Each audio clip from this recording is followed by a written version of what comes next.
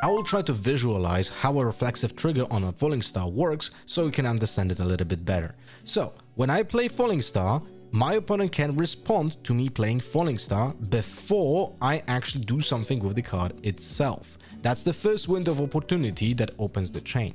Now, after my opponent passes and the falling star resolves, the card itself creates triggers. Falling star in this case will create 2, deal 3 to a unit. Now I can choose the units, and that will create also a chain that my opponents will be able to react. Each of them is a separate effect that will be able to be separately reacted to. You have to remember that those triggers are being created by the card and they are not a spell themselves. So if my opponent wanted to counter falling star, he would have to use the wind wall before it triggers the effect, which means that as a Kai'Sa player, you should be playing falling star, asking for reactions. If your opponent passes, then you choose your targets.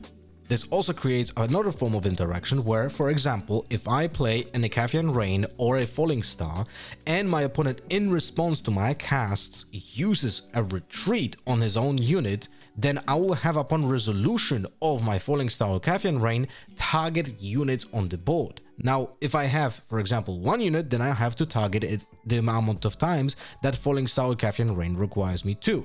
If I will have 2 units on the board, for example, I will have this Ravenbloom Student and the Chemtech Enforcer, that means that will have to target at least one of those creatures. I could target both and kill both of my creatures, but we would like to do that.